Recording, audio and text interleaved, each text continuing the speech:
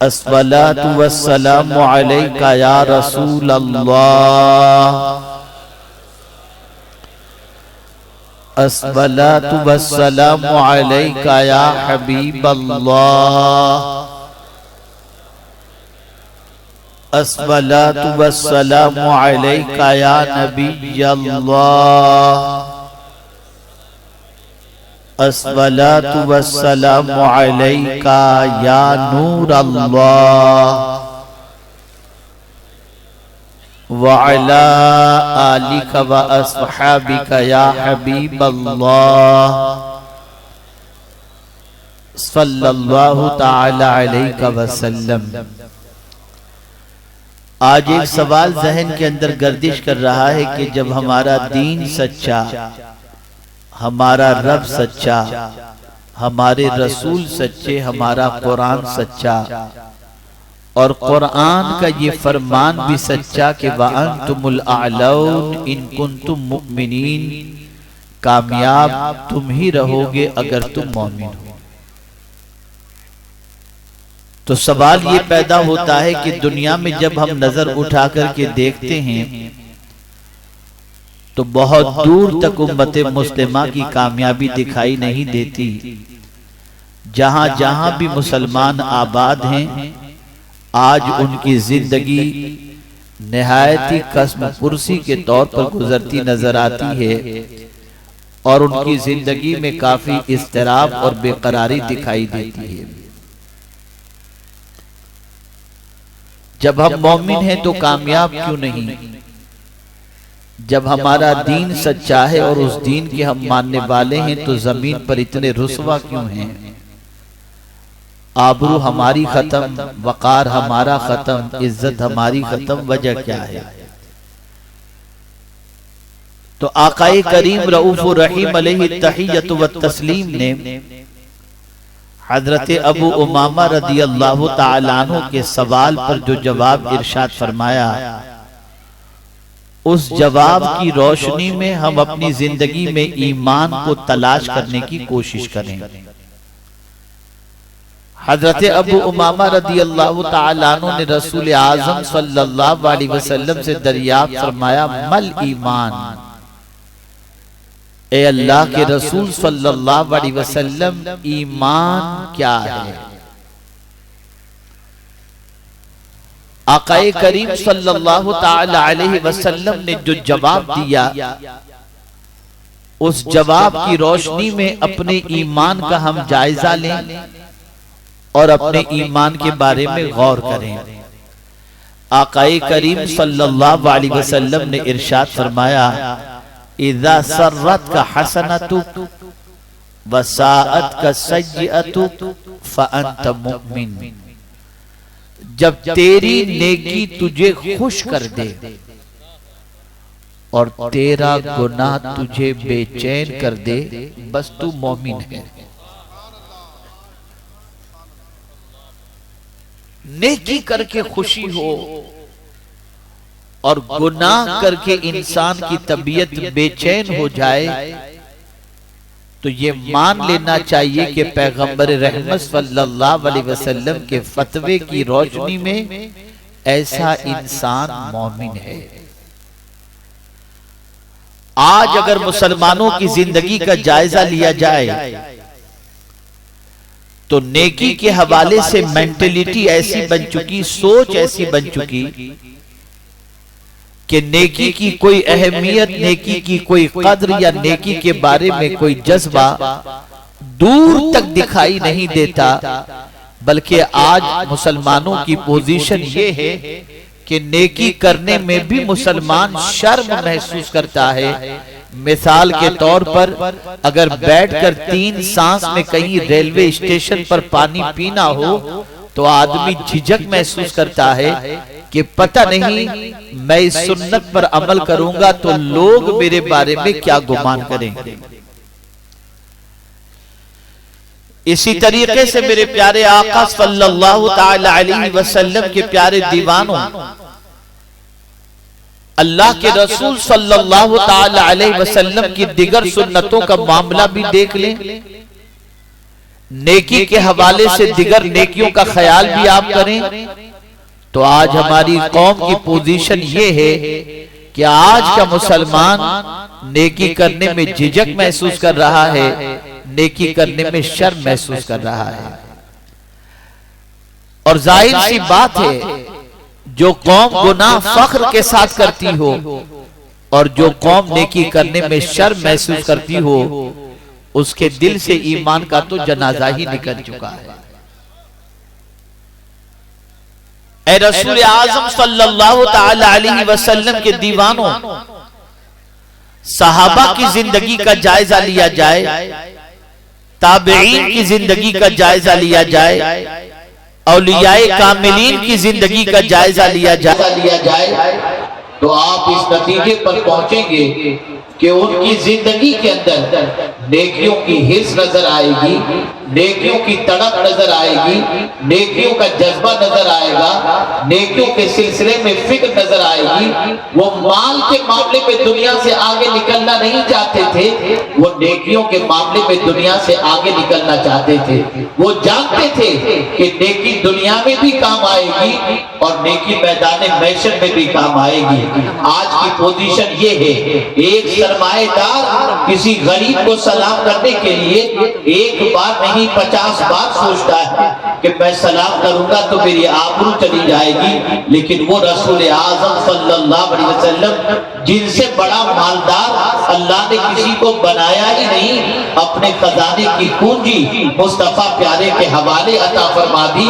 وہ رسول اعظم صلی اللہ علیہ وسلم سے متعلق مدینے کے ننھے ننھے بچے کہتے ہیں کہ ہم جب رسول اعظم صلی اللہ علیہ وسلم کے سامنے حاضر ہوتے اور ہم چاہتے کہ پہلے سلام کریں تو ہمارے سلام سے پہلے مصطفیٰ جان رحمت سلام کر دیا کرتے تھے۔ آپ ذرا اندازہ لگائیں، یہ نیکیاں جسے ہم معمولی تصور کر رہے ہیں، یہی نیکیاں کل بروز قیامت کام آئیں گی۔ قرآن مقدس میں رب قدیر نے فرمایا یوم تجد کل نفس ما عملت من خیر محضرا، قیامت کے دن اللہ عز و جل کا وہ بندہ جس نے بھلائی کا کام کیا ہوگا، وہ بھلائی کا اجر اور وہ بھلائی کو اپنی نگاہوں کے سامنے پائے گا۔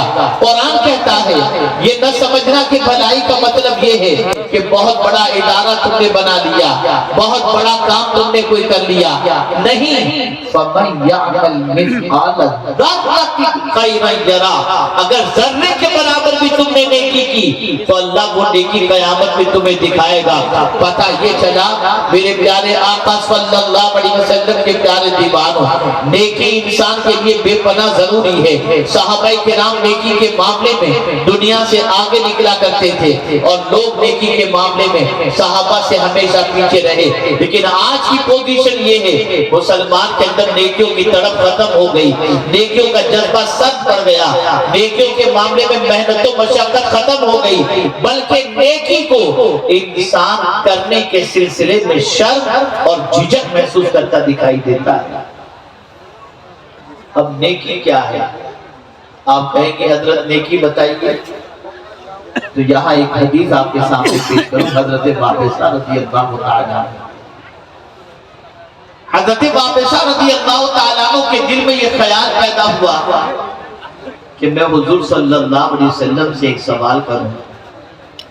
اللہ اکبر، آقا کریم صلی اللہ علیہ وسلم کے پاس حاضر آئے، ابھی اپنا سوال پیش بھی نہیں فرمایا، رسول اعظم صلی اللہ علیہ وسلم فرماتے ہیں وابسہ کیا میں بتا دوں تو کیا پوچھنا چاہتا ہے یا تو بھی بتائے گا کہ تو کیا پوچھنا چاہتا ہے؟ عرض کرنے لگے حضور اگر آپ بتا دیں تو سبحان اللہ۔ آقا کریم صلی اللہ علیہ وسلم نے ارشاد فرمایا وابسہ تو یہ پوچھنا چاہتا ہے کہ نیکی کیا ہے اور گناہ کیا ہے؟ میں محسوس کر رہا ہوں وقت بہت زیادہ ہو چکا ہے، ٹھنڈک بھی آپ کو محسوس ہو رہی ہے اور آدھی نیند میں آپ تقریر کو کھا رہے ہیں یا سن رہے ہیں مجھے نہیں معلوم۔ میں آپ کا زیادہ وقت نہیں ہوگا، بس اگر یہ دو چار باتیں آپ نے ذہن میں محفوظ کر لی تو میرا آنا یہاں پر وصول ہو جائے گا۔ نیکی کیا ہے؟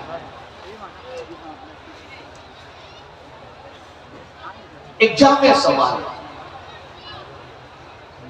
حضرت وابستہ کے دل میں رسول اعظم صلی اللہ علیہ وسلم سے نیکی کے بارے میں پوچھنے کا خیال پیدا ہوا۔ حضور نے سامنے سے فرمایا وابستہ میں بتا دوں تو کیا پوچھنا چاہتا ہے؟ اور پھر حضور نے وضاحت فرمائی تم یہ جاننا چاہتے ہو نا کہ نیکی کیا ہے اور گناہ کیا ہے، بس آپ سن لیجئے اس کو تاکہ ہمیشہ کے لیے ذہن آپ کو مطمئن ہو جائے۔ اب آقا کریم صلی اللہ علیہ وسلم نے فرمایا نیکی کے بارے میں، ارشاد فرمایا نیکی وہ ہے جو تیرے دل کو مطمئن کر دے۔ نیکی وہ ہے جو تیرے دل کو مطمئن کر دے، اور گناہ وہ ہے جو تیرے دل کو بے قرار کر دے۔ نیکی وہ ہے جو دل کو مطمئن کر دے، اور گناہ وہ ہے جو دل کو بے قرار کر دے۔ آج پتہ چلا ہماری بے قراری کی سب سے بڑی وجہ یہ ہے کہ نیکی سے رشتہ ختم ہو گیا، گناہ سے رشتہ بڑھ گیا۔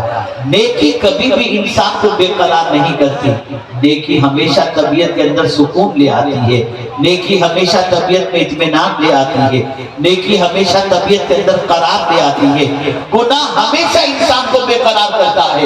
آئیے میں سمجھاتا ہوا چلوں، ایک شخص بڑھاپے کی دہلیز پر پہنچ چکا، اب اس کا بچہ اپنے باپ کے سامنے زبان درازی کر رہا ہے، باپ کو گالیاں دے رہا ہے، باپ کو مار رہا ہے۔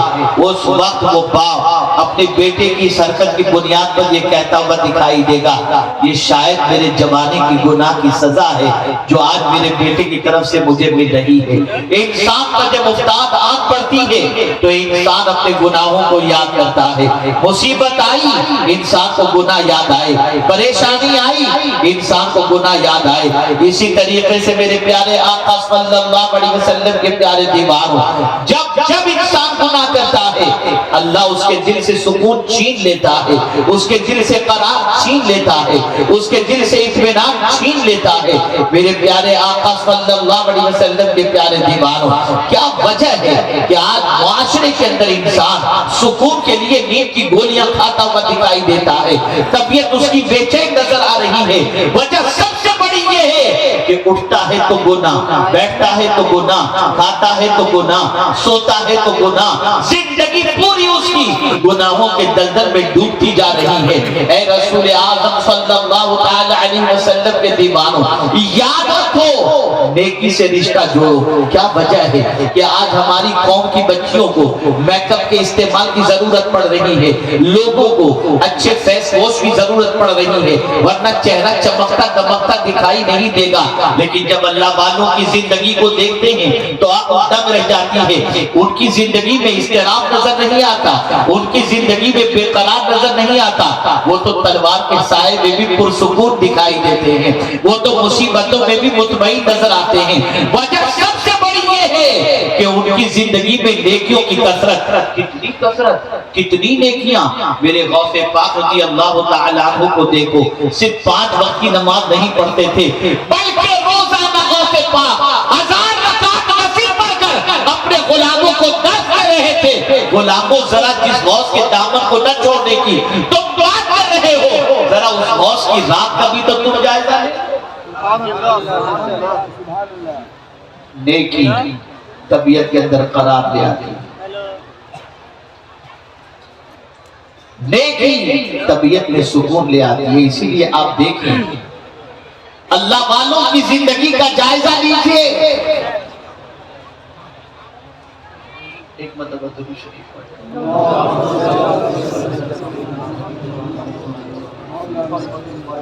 اللهم صل على سيدنا ومولانا محمد معدن الجود والکرم وآلہ وصحبہ وبارک وسلم۔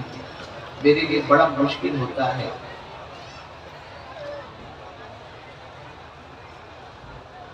یہ شور شرابے میں اللہ اور اس کے رسول کی باتیں وہ آپ تک پہنچانا، اس لیے کہ جہاں اللہ اور اس کے رسول کی باتوں کی کے ارشادات کی قدر نہ ہو وہاں سننے والوں کو یعنی جو توجہ نہیں دینا چاہتے ان کو گنہگار کر کے کوئی فائدہ نہیں۔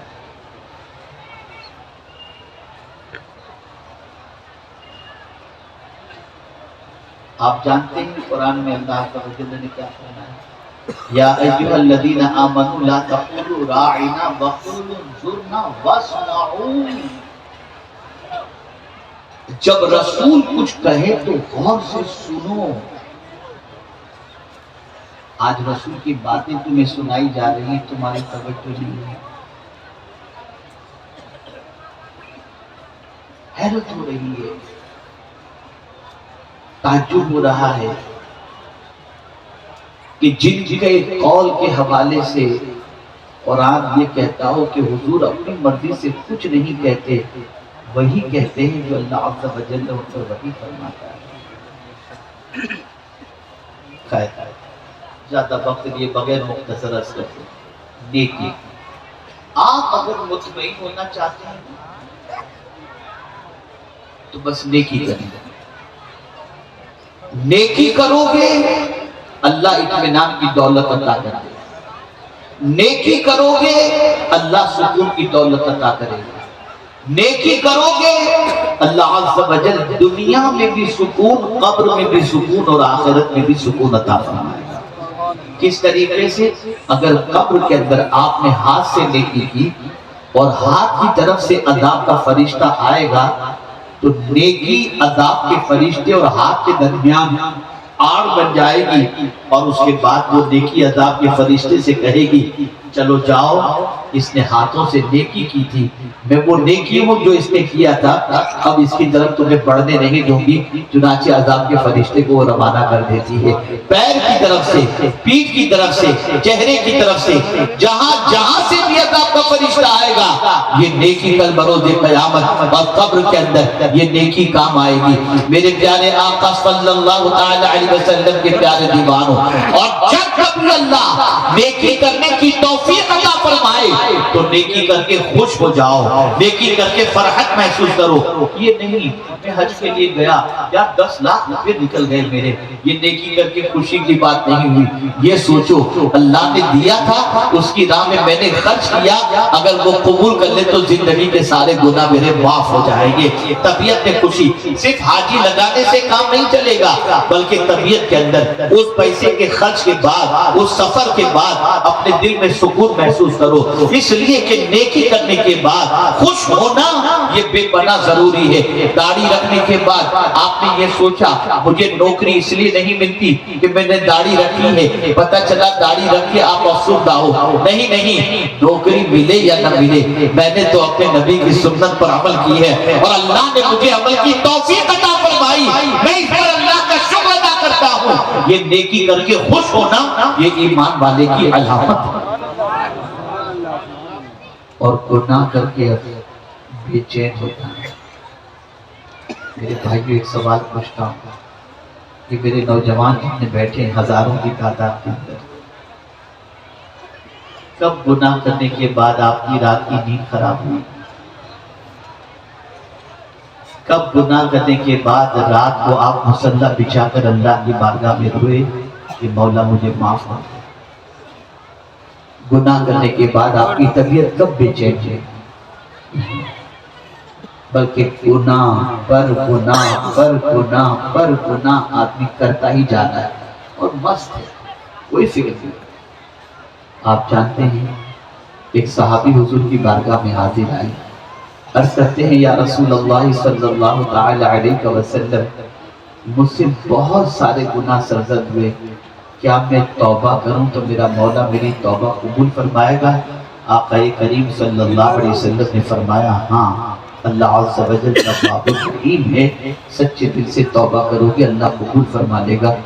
اب جو بات انہوں نے کہی سنیے، عرض کرتے ہیں یا رسول اللہ صلی اللہ تعالی علیہ وسلم، کیا گناہ کرتے ہوئے میرے مولا نے مجھے دیکھ لیا ہے؟ سرکار نے فرمایا ہاں، اتنا سننا تھا، بے چین ہوئے، چیخ ماری اور ان کی روح پر باز کر دیا۔ آپ جانتے ہو گناہ کی سزا؟ 2 گناہوں کا تذکرہ اور اس کی سزا بتا کر اپنی گفتگو کو ختم کرتا ہوں۔ بڑی بے فکری کے ساتھ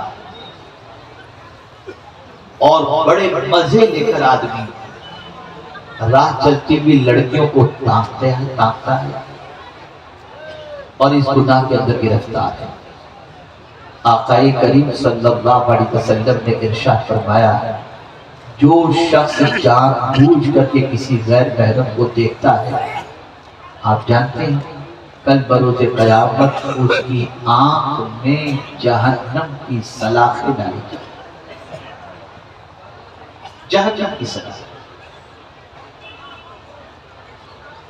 اور جو شخص کان سے گانے سنتا ہے، رسول اعظم صلی اللہ علیہ وسلم نے فرمایا اس کے کان میں جہنم کا پگھلا ہوا سیسا اس کے کان کے اندر ڈالا جائے گا۔